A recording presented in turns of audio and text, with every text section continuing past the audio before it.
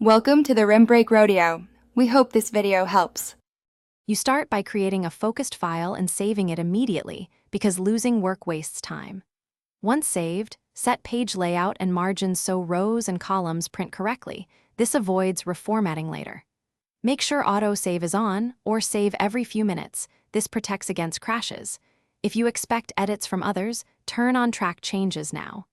These steps let you work confidently and prevent interruptions, so you can move straight into data entry without backtracking.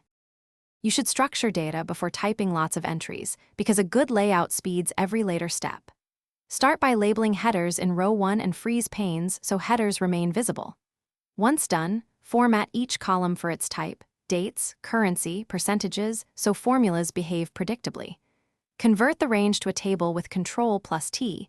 Tables auto-expand, allow filters, and make formula ranges dynamic. Make sure to validate a few rows to confirm formats and table behavior. You finish by adding calculations and a quick analysis layer, because insight is the point. Create formulas or a pivot table, then test them on sample rows to confirm results.